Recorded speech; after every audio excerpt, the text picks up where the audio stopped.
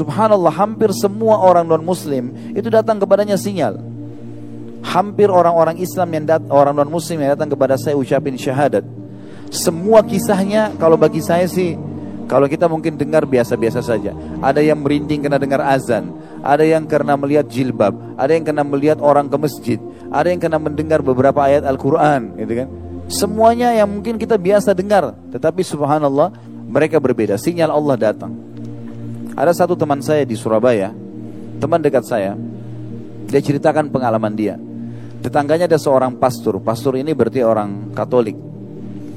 Kemudian dia bilang, "Pastor, saya ini kebetulan teman saya ini bukan dai, tapi dia sering hadir di pengajian dan orangnya humoris, suka lelucon gitu ya. Maka dia datang kepada pastor, dia bilang, "Pastor, bisa saya ngobrol sebentar?" Kata pastornya, "Silahkan." Dia bilang, "Saya terus terang pastor bingung dengan agama saya." Islam maksudnya. Padahal orang ini istiqomahnya luar biasa, suka dengan Islam, dengan Islam. Tapi dia bilang gitu, ini cara dia ya.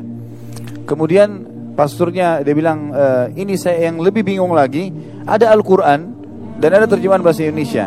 Ada satu surah dalam Al-Quran yang membuat saya lebih bingung dengan Islam. Ini surah Al-Ikhlas.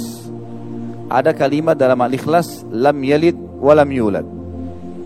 Tidak beranak, tidak diperanakkan. Tuhan itu nggak punya asas, nggak ada orang tuanya, dan tidak ada juga jalurnya ke bawah, nggak ada anak-anaknya. Karena kalau ada orang tua pasti ada kakek nenek, kalau ada anak pasti ada cucu dan cicit dan seterusnya. Kata pasturnya langsung, memang agama kamu itu membingungkan gitu. Kata teman saya ini, ya, semoga Allah jaga beliau. Sekarang masya Allah masih ada dan berhasil sukses sekali di Surabaya dan sudah selesaikan S3-nya. Dia bilang begini aja, pastor, saya kasih Quran terjemahan ini, pastor coba pelajari, kasih saya Injil terjemahan, saya pelajari. Seminggu kemudian kita ketemu, siapa tahu ada jawaban. Kata pastor, baiklah, dikasih Injil terjemahan, dia juga ambil Quran terjemahan. Dia bilang, saya bawa pulang Injil tersebut, saya sempat letakkan di meja kerja saya. Tapi saya terlupa gitu kan. Selama seminggu saya tersibukkan dengan kegiatan-kegiatan. Lalu kemudian saya ketemu lagi seminggu kemudian, ternyata pastor ini serius membaca ayat lam yalid walam yulad, lam yalid walam yulad. Ini terputar-putar dibaca terus. Dia bilang setelah seminggu saya ketemu, lalu kemudian saya tanya, pastor ada waktu? Ada.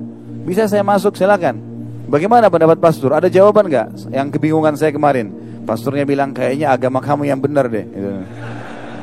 Memang kayaknya Tuhan nggak boleh punya asas, nggak boleh punya bawah. Kalau Tuhan itu harus dia esa, gitu kan? Akhirnya sama teman saya diajak, kalau gitu syahadat aja pastor, masuk Islam di tangan dia. Sesuatu yang kadang-kadang tidak masuk di akal kita. Ada teman saya di Makassar kemarin, Syekh Ali Rimi dari Mekah, dan ada satu lagi Syekh Hamad dari wilayah Hail. Dua orang ini diutus oleh Saudi jadi dosen, satu di UIN, satu di UMI di Makassar. Saya sering kali kalau waktu berapa tahun lalu saya di Makassar, ini kisah sekitar mungkin 9-10 tahun yang lalu, saya telepon, sering kalau ada apa-apa saya beritakan, akhi kalau butuh apa-apa telepon saya saja. Dia bilang baiklah. Satu waktu dia telepon saya, dia bilang, Khalid coba kesini penting. Saya bilang kenapa? Dia bilang ada orang mau masuk Islam. Baiklah kalau gitu saya datang. Saya datang ke sana naik motor, sampai di sana saya tanya, mana orang yang mau masuk Islam? Di sebelah dia kebetulan ada salah satu marketing obat yang sering keliling-keliling di apotik. Itu ternyata dia. Kata teman saya Ali Harim ini orang yang mau masuk Islam nih. Saya tanya, mas saya mau masuk Islam. Dia bilang iya. Kenapa mas mau masuk Islam? Dia bilang, saya kagum lihat dua orang Arab ini. Setiap azan pasti ke masjid, gitu kan? Pasti kalau dengar azan ke masjid. Setiap saya masuk ini pasti jalan ke masjid. Waktu saya tanya, memang bisa bahasa Indonesia tapi terbata-bata. Waktu saya tanya kenapa, dia bilang ini perintah Tuhan.